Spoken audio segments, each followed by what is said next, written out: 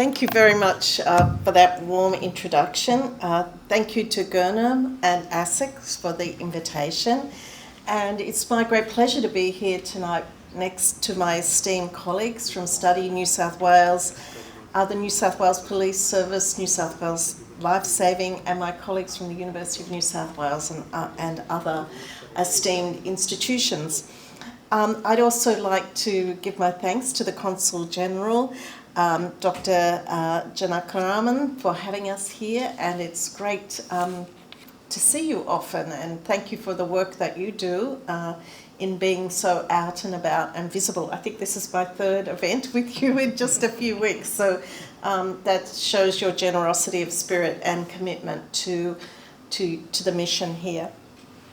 So look, I thought I'd just give a bit of information about the University of Wollongong, some things that are happening with us, and also to maybe give some of my reflections of experiences to our international students. It's really interesting just to reflect on Johns Hopkins and just being in another country. I don't think anybody, until you do it, actually realises it, how disassociated you are, how you don't have... I always remember going to get my first bank account in the US, and they gave me my first credit card after about 3 months, and the limit was $500, and it's sort of like, so you're kind of starting again. And also in the US, it was always amazing. I could hear an Australian accent, in a crowded pub. I thought, that person's Australian. So I think the experience of being a migrant really is both challenging, but develops your resilience. And also, I think more importantly, it reinforces the importance of your culture at home and the importance of your family.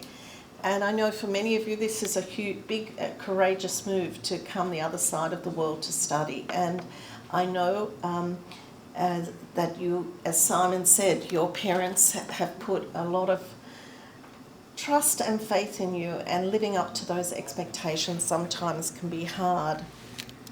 So let me tell you a little bit about the University of Wollongong. So firstly, Toshi's slide about Explore New South Wales, I think, is really important. For those students who are studying in Sydney, get on the train and come down the south coast. It's a very beautiful part of the world. But also the University of Wollongong, we have 9 campuses in Sydney. We have one in the CBD, one in Liverpool, and as well as Narrabeen, Batemans Bay and Moss Vale. So we are a very distributed university. We also have campuses in Dubai. I have to think about 2 in Malaysia, Hong Kong, and we're very excited about Gift City, which as you know is in the Special Economic Zone in Gujarat. And starting in July this year, we will start enrolling students. So the University of Wollongong is almost 50 years old. We actually started off as a college of the University of New South Wales, and now I think we're kind of getting to be grown up, that we're almost 50.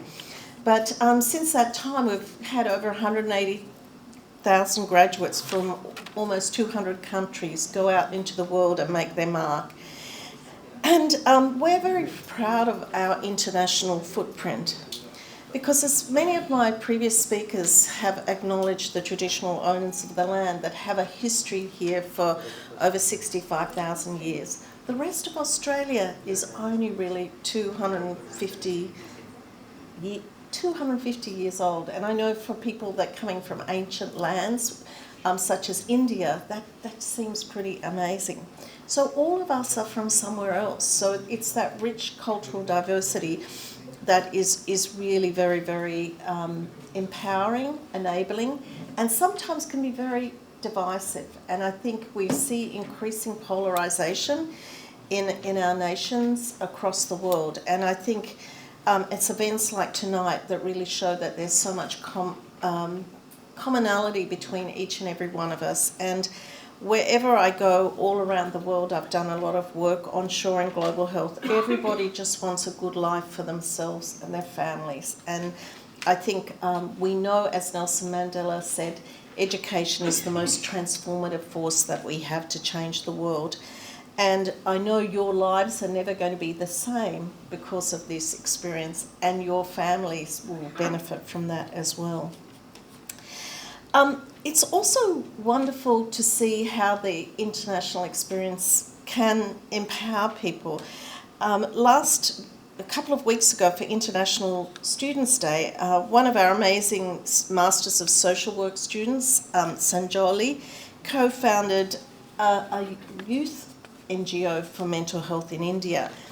And also while she was studying at the University of Wollongong, she was also a mentor and a volunteer. And I really like that recommendation, that's a great way to meet people and be out and about. What I'm really excited about, and can you two stand up? I'm going to embarrass you. So these are two Vice Chancellor's Leadership Scholars from India who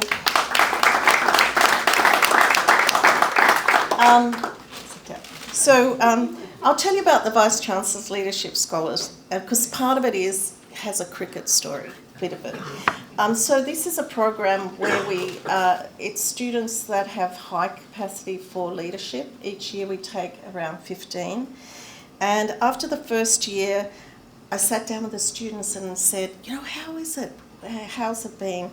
And one of the students said, oh, my mum says, and then you always say, oh, my mum says, that's very Australian. We think, oh, what's she going to say? My mum says, this is the best. They give you money, they buy you drinks, and you get to meet Adam Gilchrist.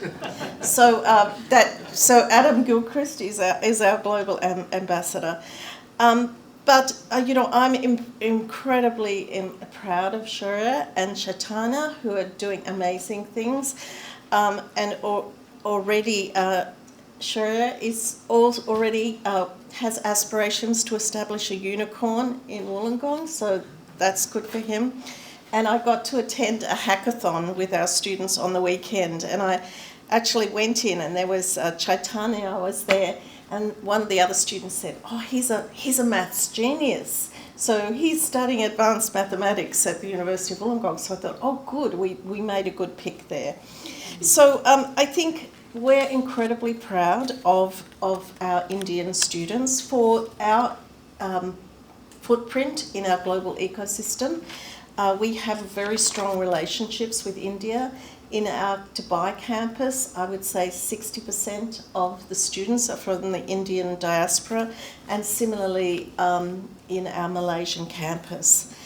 So I think today and tonight is a great experience, and I really like Simon's tip about talking to other people. And I think for those of you who are here tonight, if you can make a commitment to maybe tell 2 or 3 of your friends about the resources here tonight. And then the other thing is reflecting on that your journey as a student is not always going to be linear or the way that you go. And I often think I started my career at university. Simon, I'll pick up on your theme. I went to ANU thinking I was doing political science law. I dropped out. I sometimes see the Vice-Chancellor there and I say, oh, maybe they're still looking for me. Because in those days, there were not the supports that we have now. It was a very different time. I was a young person trying to find myself. I'm not encouraging anyone to drop out, but I'm just saying that sometimes life doesn't go the way you want it. Sometimes you will have setbacks. But just keep at it. I dropped out of university and became a Vice-Chancellor. So miracles do happen, but my message for telling you that is that we all need help at different times, and there's no shame in asking for it. And particularly from some cultural groups, there is some stigma associated with mental health issues, but please reach out. Also, please reach out when things don't you can see your grades not going well. I often think it's like not paying your bills. If you ignore them, they just keep going up. So if you're feeling that you're behind, speak up early. Can I tell you, I know all of our universities have excellent student support and counselling services. Please make the most of that. And I'm sure in all of your teachers and your professors and the staff, you will have people who are caring and compassionate. Because just as Simon said, all of us are not doing it for the Learjets. Well, once you're a Vice-Chancellor, you do actually get well paid. But there's a long way to get there, where most of these people are here because they're committed to teaching, to learning, and to their research and science. And I am so invested in the power of universities to change the world. And so welcome to Australia. Please come to Wollongong. It's a very, very beautiful place. Thank you to the police who do look after our students, and again to the consular services who, if you ever do need them, please reach out. Can I tell you the first thing, if anything bad happens, I always say, have you called the consulate? Because there's amazing services. And also, coming from Wollongong, I could not emphasise the importance of water safety. Sadly, we had one of our Chinese students drown just before Christmas. And so, I grew up in Canberra. I'm not good in the surf. You just do not, just have respect for the waterways, but be healthy, happy, have fun, and ask for help. And again, thank you so much, Gurnam, for the opportunity. And enjoy your time in Australia. It'll be a transformative and exciting experience. Thank you.